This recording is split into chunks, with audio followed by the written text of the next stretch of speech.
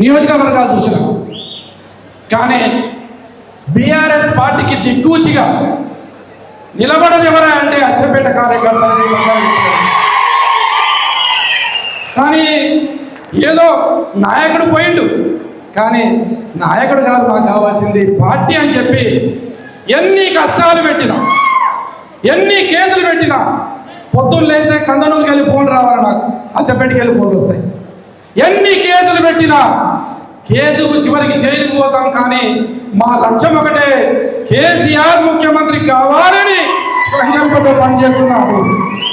రియల్గా మీరు రాజకీయ పార్టీకి ఆ రోజు చెప్పిన, ఇదే ఫంక్షనాల్లో చెప్పిన, రాజకీయ పార్టీలకు దిక్కుచిగా మారి అచ్చంపేట కాదు. చాలా గొప్పతనం.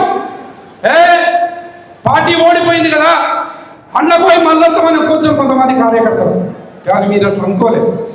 గొప్పగా ఇక్కడ ఎమ్మెల్యే మీ మీద ఎన్ని కేసులు పెట్టినా, ఇక్కడ ఎమ్మెల్యే ఉచిక వ్యాపారాల మీద ఎంత మక్కువ పెట్టినా, ఉచిక నడుకుంటే మన మీద కేసులు పెట్టినా, ఇవాళ కార్యకర్తల మీద కేసులు పెట్టినా మీరు భయపడకుండా ఉన్నారు. కాబట్టి అందుకు మీకు మళ్ళొకసారి సల్యూట్ చేస్తుంది అందరికీ.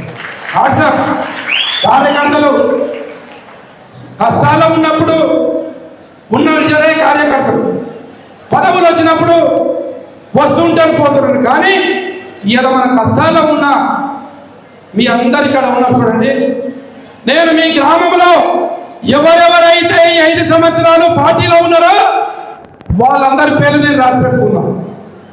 రేపు పార్టీ అధికారంలోకి వచ్చిన తర్వాత కేసీఆర్ గారితో కొట్లాడతా, హరీశ్తో కొట్లాడతా, కేటీఆర్తో కొట్లాడతా, మీకు న్యాయం జరిగే విధంగా నేను ప్రయత్నం చేస్తా, మీకు మాట ఇస్తున్నా. ఎవరు అధైర్యపడాల్సిన అవసరం లేదు, ఎవరు అధైర్యపడాల్సిన అవసరం లేదు. పార్టీ మీకు అండగా ఉంటుంది.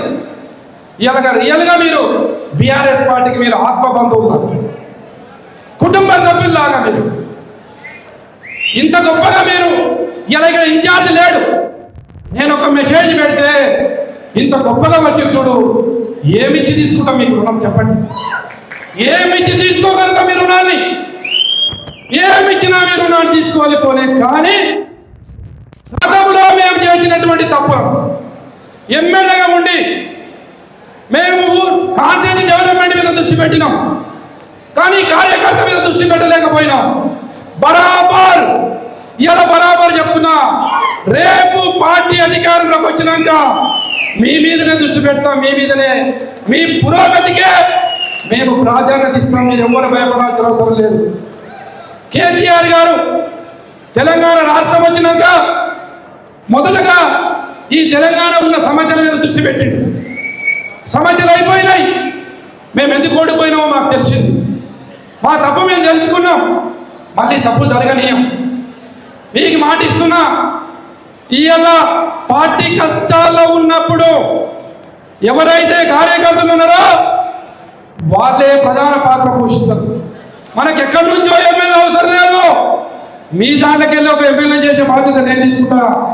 ఎవరి కార్యకర్తలకే, పేదవాడికే ఒక ఎమ్మెల్యేగా ప్రయత్నం చేస్తాం. ఎవరినో వలస తీసుకురావాల్సిన అవసరం లేదు. మీ దాంట్లోకి వెళ్ళే ఒక క్యాండిడేట్, మంచి క్యాండిడేట్ అయితే గెలిపిస్తాం, మనకు అండగా ఉండే విధంగా ప్రయత్నం చేద్దాం. మీ మీదనే సమన్వయకర్తగా మాత్రమే ఉన్నాం. తప్పకుండా పార్టీ ఆదేశానుసారం రేపు ఏ ఇబ్బంది వచ్చినా, పార్టీకి ఇబ్బంది లేకుండా మీతో కలిసిమెలిసి